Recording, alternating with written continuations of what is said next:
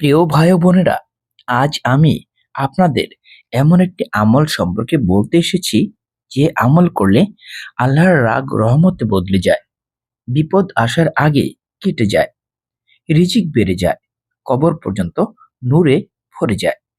সেই আমলের নাম হচ্ছে দান সাদকা। অনেকে মনে করে আমার তো কিছুই নেই, আমি কি দান করব? কিন্তু প্রিয় মুসলিম ভাই ও বোনেরা, আজ এই ধারণা ভেঙে দেব ইনশাল্লাহ। দান বা সাদকা মানে শুধু টাকা নয়। রাসূল সাল্লাল্লাহু আলাইহি সাল্লাম বলেন, তোমার হাসিও সাদকা, ভালো কথা সাদকা, পথ থেকে কষ্টদায়ক বস্তু সরানোও সাদকা। অর্থাৎ ধনী গরিব সবাই সাদকা করতে পারে। সদকার দরজা সবার জন্য খোলা। আল্লাহ তাআলা বলেন, যারা আল্লাহর পথে দান করে তাদের দানের উদাহরণ একটি বীজের মতো, যা থেকে ৬০টি শীষ জন্মায়, প্রতিটি শীষে ১০০ দানা। সূরা বাকারা। প্রিয় দর্শক, ১ টাকা দিলে আল্লাহ ৭০০ গুণও বাড়িয়ে দিতে পারেন। আমরা কি এমন ব্যবসা ছেড়ে দিতে পারি? দান সাদকা দারিদ্র্য বাড়ায় না। রাসূল সাল্লাল্লাহু আলাইহি সাল্লাম স্পষ্ট করে বলেছেন, সদকা সম্পদ কমায় না। সহিহ মুসলিম। আমাদের চোখে কমে, কিন্তু আল্লাহর খাতায় বেড়ে যায়। অনেকে বলে, দান করলে তো হাতে থাকবে না। কিন্তু প্রশ্ন হলো, আমরা কি আল্লাহর উপর ভরসা করি নাকি টাকার উপর? একটু ভেবে দেখুন। দান সাদকা বিপদ থেকে বাঁচায়, তাই তো নবী সাল্লাল্লাহু আলাইহি সাল্লাম বলেন, সদকা বিপদকে দূরে সরিয়ে দেয়। তিরমিজি। ক্যান্সার, দুর্ঘটনা, হঠাৎ মৃত্যু, অনেক কিছুই আল্লাহ সদকার বরকতে ফিরিয়ে দেন।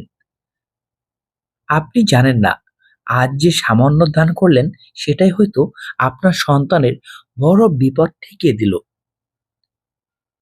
গোপন দানের শক্তি। কোরআনে আল্লাহ তাআলা বলেন, তোমরা যদি গোপনে দান করো তবে তা তোমাদের জন্য উত্তম। সূরা বাকারা।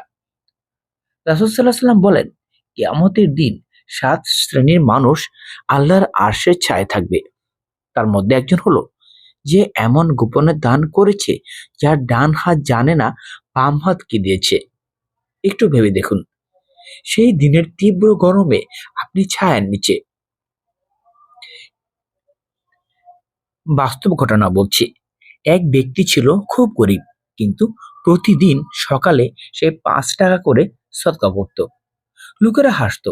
কয়েক বছর পর দেখা গেল তার রিজিক খুলে গেছে, তার পরিবার শান্তিতে, তার সন্তান দিনের পথে।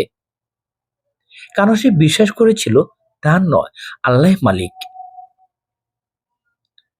এরপর হচ্ছে গোপন সদকা ও মৃত্যু থেকে রক্ষা। এই ঘটনাটি একজন আলেম নিজে বর্ণনা করেছেন। এক যুবক প্রতিদিন ফজরের পর গোপনে একজন অসুস্থ বৃদ্ধার দরজায় খাবার রেখে আসতো। সে জানতো না এই কাজ আল্লাহ কত বড় কাজে লাগাবেন।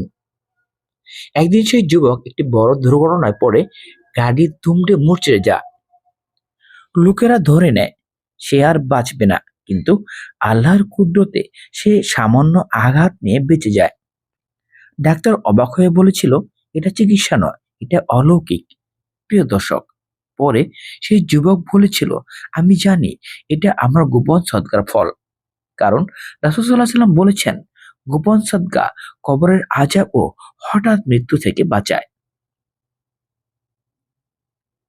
আমাদের জন্য শিক্ষা হচ্ছে, দান দেখানোর জন্য নয়, দান আল্লাহর জন্য। গোপন দানের শক্তি সবচেয়ে বেশি। আপনি জানেন না, আজ যে সাদকা করলেন সেটাই হয়তো আপনার জীবন বাঁচাবে। দান সাদকা ও রিজিকের দরজা। এই ঘটনাটি বাংলাদেশে ঘটে। একজন ক্ষুদ্র ব্যবসায়ী ছিল, ভীষণ দেনায় ডুবে।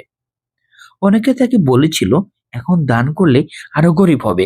কিন্তু সে সিদ্ধান্ত নিল, প্রতিদিন ফজরের পর যাই থাকুক অন্তত ১০ টাকা সদকা করবে।